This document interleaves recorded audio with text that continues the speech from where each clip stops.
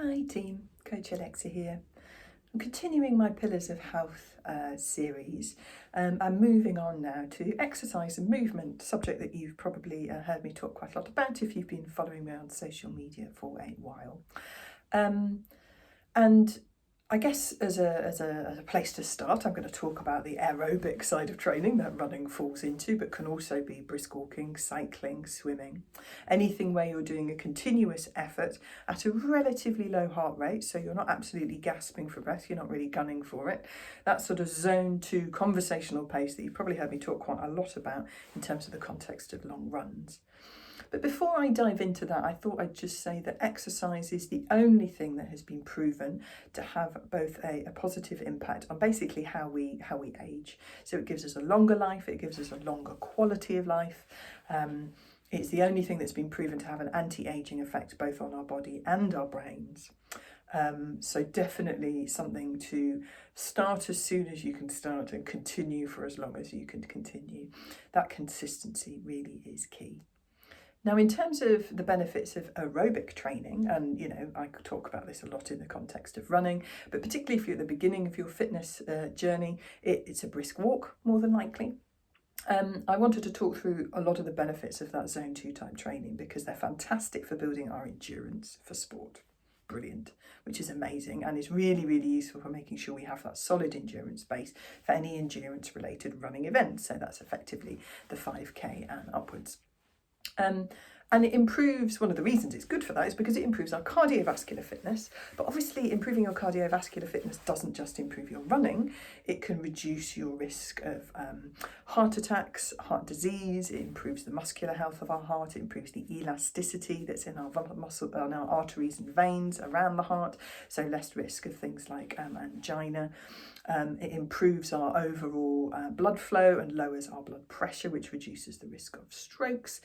It improves the way that our body is dealing with the sugars that we have. It's burning off some of our body fat, which reduces the risk of type 2 diabetes.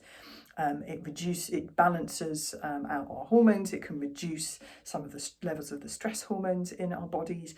It can reduce the risk of some other types of illnesses and cancers.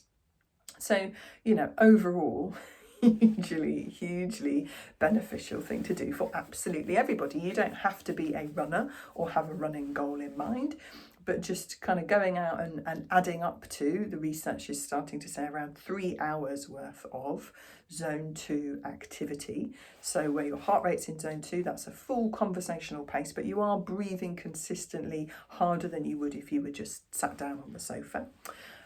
So as I say, that might be brisk walking, running, cycling, swimming continuously. All of these have a fantastic impact on our long-term physical health outcomes. So the earlier we start and the more we can keep that going, the healthier we are going to be for longer, broadly speaking, and the more illnesses we could potentially avoid. It's also been shown from some of the sort of reading and listening that I've been doing recently to have a really positive effect on the health of our brain. Now, as runners, we probably know that running can have a positive impact on our mental health, which is fantastic, but that's not actually what I'm talking about here. I'm talking about brain health in the context of like the physical structure of our brain.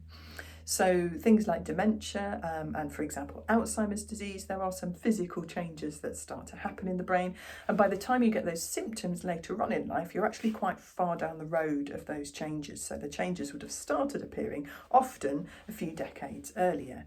And what aerobic exercise can do, where you're in that zone 2 kind of conversational pace zone of whatever activity that you're doing, is it helps the brain to, or stimulates the brain to produce a chemical that can actually help to fight off or break down a couple of the proteins that can build up and cause the symptoms of Alzheimer's disease. So there's a growing bank of evidence that shows that different types of exercise, but specifically in today's video about aerobic exercise and the positive impact it has on the physical health of our brain.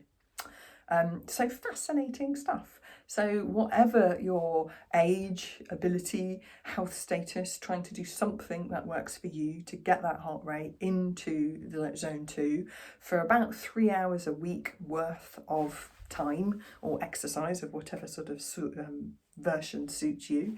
It can be so, so good for our physical health, our mental health, our brain health, our longevity, our avoidance of illness. So yeah, what's not to like?